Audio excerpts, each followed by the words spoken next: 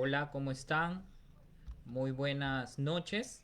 Estamos ya aquí en Campus GU.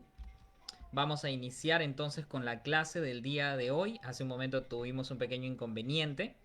El tema de hoy es transmisión del texto bíblico, por supuesto, y la traducción o las versiones que tenemos de la Biblia. Espero que estén sintonizando la transmisión. Esta es una nueva clase, una semana más. Estamos perseverando en esto. Compártelo por favor en las redes sociales, compártelo por inbox a todos los que están siguiendo nuestras clases para poder seguir aprendiendo. Así que sin más que decir, vamos a empezar y hoy vamos a aprender un poco acerca de cómo se preservaban los textos bíblicos antiguamente. ¿De acuerdo? En la antigüedad, incluso antes de Cristo, en la época del Antiguo Testamento, la preservación de los textos, no solo bíblicos por si acaso, sino también de manera general en la cultura popular de aquellos tiempos, se usaba las tablas de arcilla. Es así que en esta imagen o fotografía ustedes pueden ver las famosas cartas de Amarna, una suerte de correspondencia entre líderes de aquellos tiempos que data aproximadamente entre el 1350 y 1330 antes de Cristo. Y obviamente este es un tipo de escritura que nosotros bueno, normalmente no entendemos, pero los especialistas, los estudiosos, los expertos, claro que sí. Y entonces aquí se menciona a los Jabiru y se cree que esta es una posible referencia al pueblo hebreo, ya que Jabiru significa extranjero y en el contexto pues mesopotámico, acadio de aquel tiempo, este es un idioma acadio, se entendía a los hebreos como extranjeros. Entonces tenemos información no solo en nuestra propia Biblia, o no solo textos religiosos, sino textos o escrituras o recursos de otras culturas que avalan o confirman los hechos bíblicos. Eso es muy bonito de estudiar. Pero estamos aquí en la preservación de los textos. Vuelvo a repetir, no es exclusivamente la preservación de los textos bíblicos. La cultura de aquel tiempo usaba normalmente estas herramientas o estos recursos, estas técnicas. Es así que también uno de los recursos o elementos que se usaban para poder registrar la escritura era el papiro, muy usado también antiguamente. Era bastante común porque su proceso y su accesibilidad era bastante fácil, pero eso sí, era muy frágil, era un material muy frágil y este material se usaba comúnmente incluso hasta el tercer siglo después de Cristo. Eh, Era un material usado para correspondencia o textos que se sabían que no se iban a mantener de pronto por mucho tiempo, ya que para mantener la escritura o textos con mayor tiempo eran usados los pergaminos, que estos sí eran bastante duraderos porque estaban producidos a base de pieles de animales y por supuesto también era muy famoso, era eh, bastante bueno el material, pero era muy costoso acceder a esto.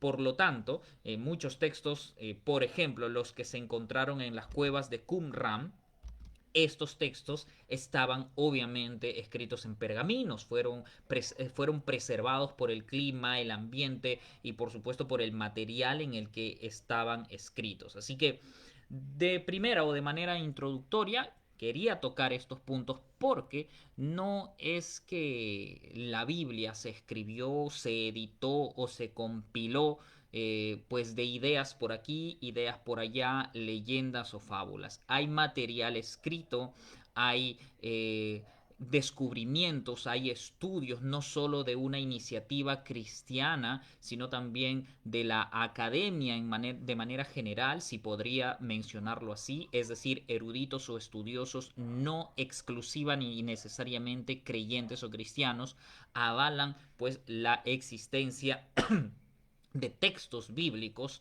en muchas partes del mundo y es justamente el estudio de la crítica textual el que vamos a reconocer en esta noche como un aporte muy importante dado que esta disciplina, la crítica textual, es el estudio de las copias de cualquier documento, ojo, No solo la crítica textual es usada por eruditos cristianos. La crítica textual es una disciplina general, ¿no? Y estudia las copias de cualquier documento cuyo original, el documento original de un documento se le denomina autógrafo. Y la crítica textual lo que hace es, obviamente, investigar, estudiar las copias de esos autógrafos. ¿Por qué? Porque estos autógrafos o el documento original puede que sea desconocido, no se sabe dónde fue redactado o de pronto hoy en día ya no existe. ¿Y cuál es el propósito principal? Pues determinar la redacción o el contenido original. La crítica textual lo que busca es responder a la pregunta ¿cuál era el contenido original de determinado texto, de un texto que tenemos ahora? En su original, ¿realmente se escribió esto? ¿Realmente había determinado o dicho contenido? Esto es lo que hace la crítica textual y Dios, mediante en su soberanía, ha sumado muchísimo al estudio y a la confianza que nosotros debemos tener como creyentes en nuestras Biblias. Así que la crítica textual responde a dos preguntas principales. Número uno, ¿cuántos manuscritos tenemos? Y vamos a aterrizar esto ya en la Biblia, por supuesto. ¿Cuántos manuscritos tenemos de la Biblia? Y la segunda pregunta que la crítica textual responde o ayuda a responder es ¿cuál es el intervalo de tiempo entre el autógrafo y el primer manuscrito y siguientes manuscritos? La primera pregunta es muy importante porque obviamente tú vas a tener más confianza o vas a apostar por más fidelidad a un texto o a una copia que tengas en tus manos que tenga, por ejemplo, miles de manuscritos. Imagínate que te venga una obra, ¿no? Y te dicen, sabes que este autor escribió esto en el primer siglo nada más. Pero ojo, solamente se han encontrado dos o tres copias de ese libro. Pero aquí está, esto es lo que escribió. A diferencia de que te vengan y te digan, ¿sabes qué? Hay otro autor contemporáneo también de este siglo que sí se han encontrado, supongamos, 150 copias. Y las 150 copias básicamente dicen lo mismo. Obviamente eso inspira más confianza, ¿no? Porque hay más pruebas, tiene mayor respaldo. Entonces, esta es una pregunta muy importante, la cantidad de manuscritos con las que cuenta un documento en la actualidad, ¿no? Obviamente un documento antiguo. Y la segunda pregunta también es importante porque es más confiable un manuscrito que esté más cerca de su escritura original o de su autógrafo original que un manuscrito que tenga una diferencia de 200 o 300 o 500 años. Imagínate. Y eso es lo que vamos a ver ahora. Por ejemplo, aquí en esta lámina, en esta diapositiva, estoy compartiendo en la columna izquierda manuscritos de historiadores, historiadores que hasta el día de hoy son de referencia, son de consulta para la cultura general o para estudiosos de una determinada disciplina o rama. Y a la derecha tenemos la cantidad de manuscritos del Nuevo Testamento. Empiezo con la izquierda y fíjate la gran diferencia. Por ejemplo, Livio, un historiador que se cree pues que vivió en el 59 al 17 después de Cristo. Los manuscritos más tempranos de Livio están fechados en 300 años de su autógrafo, imagínate. 300 años. Los manuscritos que se encontraron de Livio están datados 300 años de diferencia de su autógrafo y hasta el momento se han encontrado solo 30 copias de sus obras originales o de su obra. Tácito, al 120 después de Cristo aproximadamente. Sus manuscritos más tempranos, escucha, más tempranos son del siglo IX y pasaron unos 800 años del original. Es decir, esos manuscritos tienen una diferencia de 800 años con su autógrafo y solo hay 3 copias. Suetonio, sus manuscritos más tempranos están fechados en el siglo IX también y están pues alrededor de 200 copias. Pero fíjate la gran diferencia que tenemos con las copias o los manuscritos del Nuevo Testamento. Solo en griego, solo manuscritos en el idioma griego hay 5.750 copias aproximadamente. En latín, ni qué decir, 10.000 copias. En otros idiomas como el copto siriaco, pues que era una suerte de sincretismo de algunos de lenguas o idiomas que fueron evolucionando durante el tiempo, hay 10.000 copias del Nuevo Testamento. Y si sumamos nada más estas tres clasificaciones, tenemos alrededor de 25.800 copias de manuscritos del Nuevo Testamento. Imagínate. Entonces, yo te pregunto aquí, ¿qué te parece más confiable? Si tú lees de pronto a Tácito, Suetonio, Livio o alguna copia del Nuevo Testamento.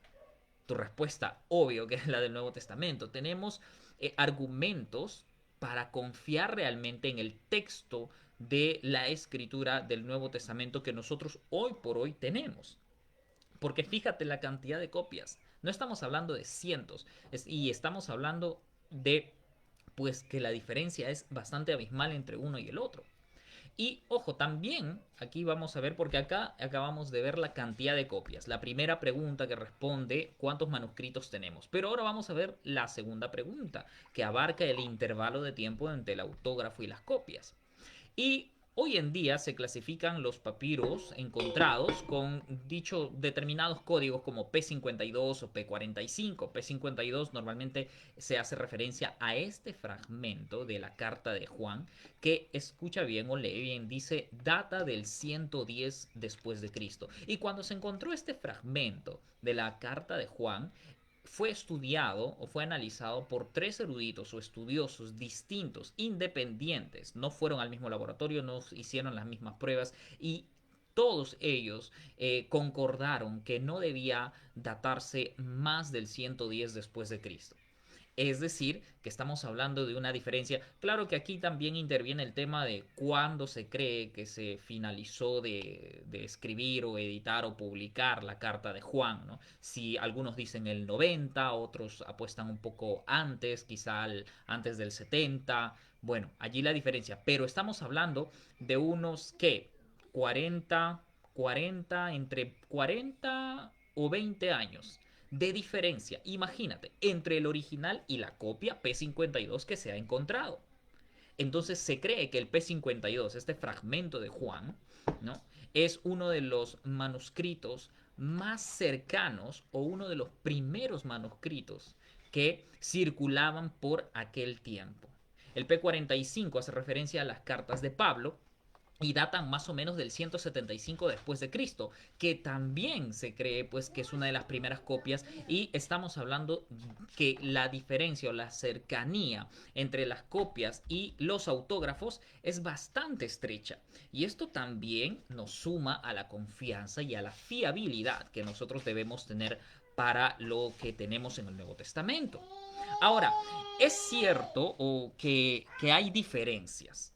Es cierto que hay diferencias, ¿no? Porque alguien puede preguntar, oye, ya, ok, Sammy, hay en total, supongamos, 25.800 copias, pero todas esas 25.800 copias dicen lo mismo. Bueno, definitivamente no. Y no hay que tener temor para responder esto. No, definitivamente todas las copias, los manuscritos, no tienen el mismo contenido exactamente, pero el mensaje esencial es el mismo. Todos los manuscritos están de acuerdo en su esencia, pero tienen algunas diferencias de redacción y a esto es a lo que se le llama variantes textuales, porque obviamente una copia no va a tener de pronto las mismas palabras, a veces se usan sinónimos. Imagínate que en el griego normalmente una palabra puede llegar, puedes decir lo mismo o puedes hacer referencia a una idea o un objeto hasta con 200 palabras distintas. Entonces, esto es muy importante de considerar al momento de decir cuáles son esas variantes textuales. Otra de las variantes textuales se debe a la diferencia en el orden de las palabras, ¿verdad? Una cosa es decir, por ejemplo, eh, a Ana alabó y otra es decir, alabó Ana. ¿El significado cambió? ¿El mensaje cambió? No, por supuesto que no. El orden de las palabras ha cambiado. Entonces, estas son algunas de las variantes textuales que se encuentran en la Biblia.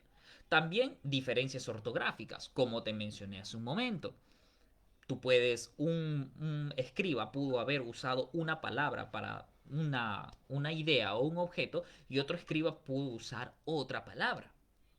O quizá, por ejemplo, omisión, adición o sustitución. ¿Qué quiere decir esto? Que quizá una palabra del hebreo, qué sé yo, al griego, ¿no? No necesariamente se tiene que usar. Supongamos que en el hebreo una idea se plasma con una sola palabra, pero en el griego no. En el griego tú tenías que usarse para dar la idea exacta dos o tres palabras. Y aquí hay también una leyenda, por así decirlo, que se cree que la Biblia omite o ha omitido información, pero en realidad cuando los estudiosos analizan el contenido o las comparaciones de los manuscritos, rara vez se encuentra la variante textual de omisión. Lo que más se encuentra es adición y sustitución, porque con el pasar del tiempo lo que se ha ido encontrando es que los escribas o las copias, según el tiempo con el que va pasando, van añadiendo algunas cosas, pero no añadiendo doctrinas heréticas ni nada por el estilo. Y de eso vamos a conversar o vamos a tocar en un momento. Para seguir con el tema de las variantes textuales, vamos a aterrizar esto en el Nuevo Testamento nada más. Por ejemplo, variantes textuales en el Nuevo Testamento entre 400.000 a 500.000 variantes. ¿Ah? Imagínate. Y esto a nosotros, que no somos eruditos y estudiosos, puede parecernos muchísimo, una gran cantidad. Pero déjame decirte que para los que conocen del tema, para los críticos textuales, realmente los expertos, esto representa un porcentaje menor, casi ínfimo a lo que debería haber realmente, considerando la cantidad de copias y considerando el tiempo en el que esas copias han ido desarrollándose o circulando. Entonces ellos piensan, y no solamente, como te digo, cristianos, sino también no cristianos, confirman que tenemos un texto fiable en lo que respecta a la escritura del Nuevo Testamento. El 75% de las variantes, por ejemplo, en el Nuevo Testamento son solamente ortográficas. El 24% de las variantes cambia en algún grado el significado, pero no cambia el mensaje. Y te voy a mostrar ejemplos en un momento. Y solo el 1% de las variantes son significativas.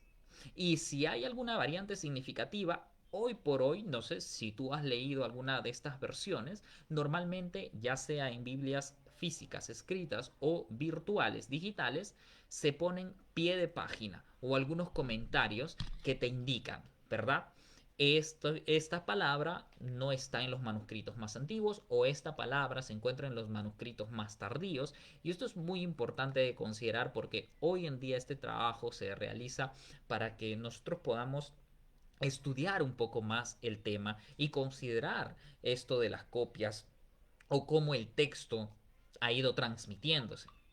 Por último, para terminar con la idea de las variantes textuales, no hay doctrina cardinal afectada por alguna variante. Es decir, de estas variantes ortográficas, de estas variantes del orden de palabras, o si hay alguna omisión, adición o sustitución, ninguna de esas variantes ha afectado una doctrina cardinal como la Trinidad, la deidad de Cristo, la deidad del Espíritu Santo, ¿no? La inspiración divina de la Escritura. Ninguna de esas variantes ha afectado tales doctrinas. Por ejemplo, aquí vamos a ver algunos ejemplos de variantes. Marcos 9:29, cuando dice, y él les dijo, esta clase con nada puede salir sino con oración. Y fíjate que aquí la aplicación virtual que yo uso tiene un 1, ¿no? Como una nota de página que dice, muchos manuscritos agregan y ayuno. Y si tú lees de pronto la Reina Valera o alguna otra versión, seguro va a decir aquí que en esta clase con nada puede salir sino con oración y ayuno. Y aquí uno podría preguntarse, bueno, omitieron el ayuno, la palabra y ayuno. ¿Quiere decir que no quieren que ayunemos? O de pronto otro sector puede decir, los manuscritos que quieren que ayunemos, de repente nos quieren meter la idea de la doctrina del ayuno, pero esto no es así. No hay una doctrina tal como la del ayuno y esas cosas. Y esta variación no afecta en nada la creencia, la fe o las doctrinas básicas, no negociables que todo creyente debería tener.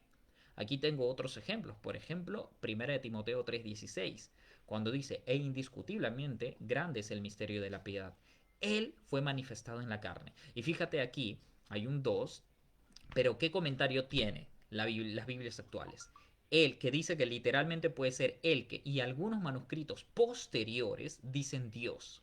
Es decir, que aquí la Biblia de las Américas, por ejemplo, ha traducido, ¿no?, su texto, su traducción española, la ha hecho en base a manuscritos que no contienen la palabra Dios. Los manuscritos posteriores a los que han usado los de la Biblia de las Américas, los redactores o editores de la Biblia de las Américas, no usaron, pero sí consideran esto porque hay algunas versiones que sí los tienen. Por ejemplo, aquí Romanos 8.1 también. Por consiguiente, no hay ahora condenación para los que están en Cristo Jesús, los que no andan conforme a la carne, sino conforme al Espíritu. Pero fíjate que aquí también hay un mensaje muy importante que dice que muchos manuscritos antiguos no incluyen el resto de los versículos. Ahora, si nosotros, por ejemplo, aquí en 1 Timoteo 3:16, no dice Dios, dice Él o el que, pero ¿se está afectando la deidad o la divinidad de Jesús con este versículo? Para nada. La deidad de Cristo no cae. Es más, en el contexto, Pablo está hablando y asumiendo también la deidad o la divinidad de Jesús. Por otro lado, aquí también quiere decir que este versículo, que los que no andan conforme a la carne, sino conforme al Espíritu, trae abajo el cristianismo, se tumba alguna doctrina, trae o revela algún misterioso propósito maquiavélico. No, para nada. Entonces debemos tener confianza en lo que nosotros tenemos y reconocer saludablemente lo que significan las variantes textuales. En Mateo 6:13, y no nos metas en tentación, mas líbranos del mal, porque tuyo es el reino, el poder y la gloria para siempre jamás. Amén. Pero fíjate qué dice aquí. Las palabras porque, o sea, desde aquí para hasta amén, no aparecen en los manuscritos más antiguos. Es decir, algunos manuscritos más antiguos dicen no nos metas en tentación, mas líbranos del mal. Algunos creen que pues el escriba quizá que estuvo transmitiendo este texto pudo estar familiarizado con el Padre Nuestro y por eso puso esto al final del versículo, ¿no? O de repente esto es parte de una alabanza, de una adoración y él lo incluyó. O a veces pasa que se usó un manuscrito en base a otro manuscrito que tenía un pie de página, un comentario, y se creyó que ese comentario era parte de la escritura y en la nueva traducción o la nueva copia, manuscrito, lo pasan como si fuera parte del versículo. Pero como les vuelvo a repetir, estas variantes son ínfimas y significativamente representan menos del 1%. Ahora vamos a ver el tema de la traducción de la Biblia también, porque esto es muy importante. Ojo que aquí le estamos dando una pasada bastante general, pero en unos minutos vamos a entrar al Zoom para que ustedes puedan estar al tanto y conversar más a fondo sobre estos temas. En la traducción de la Biblia está muy relacionada con lo que hablábamos la semana pasada, el canon de la escritura. Eh, la traducción de la Biblia va de la mano con el canon porque esta es una respuesta realmente a los ataques que había tanto desde dentro como de fuera de la iglesia. La Septuaginta jugó un papel muy importante porque la Septuaginta es la escritura traducida al griego del hebreo. O sea, era del Antiguo Testamento hebreo, que era en el hebreo, fue traducida al griego por un equipo aproximadamente 72 participantes o colaboradores y que ellos, por supuesto, para redondear se le llamó los 70, ¿no? Y se representa pues con estos números romanos, la Septuaginta. Y ellos iniciaron este trabajo más o menos en el 280 antes de Cristo y mira, terminaron aproximadamente, o sea, completamente hacia finalizar el primer siglo después de Cristo nada más. Entonces, ya te mencionaba cuál era el aporte la semana pasada de la Septuaginta en el canon. La Exapla fue un trabajo organizado por Orígenes, ¿no? Es una compilación bíblica en la que él hace un trabajo editorial en columnas del Antiguo Testamento en hebreo original y las compara con algunas versiones griegas. Y esto era un trabajo muy importante para su época, realmente muy, muy vanguardista, por así decirlo. Y el canon del Nuevo Testamento también sumó muchísimo a las traducciones de las escrituras porque eran los ataques los que promovían o hacían que la iglesia pueda definir realmente cuál era la lista oficial de libros divinamente inspirados y por supuesto el deseo de que otros puedan acceder al contenido de las escrituras. Es así que Jerónimo traduce al latín con la lista del Nuevo Testamento que usaba Atanasio y con la lista del Antiguo Testamento de la Septuaginta. O sea, él coge la lista del Nuevo Testamento, del canon del Nuevo Testamento de Atanasio y la de la Septuaginta del Antiguo Testamento y traduce por completo la Biblia al latín, siendo la Vulgata la primera Biblia en el sentido pleno de la palabra. Así que cuando te pregunto cuál fue la primera Biblia, tú puedes decir la Vulgata.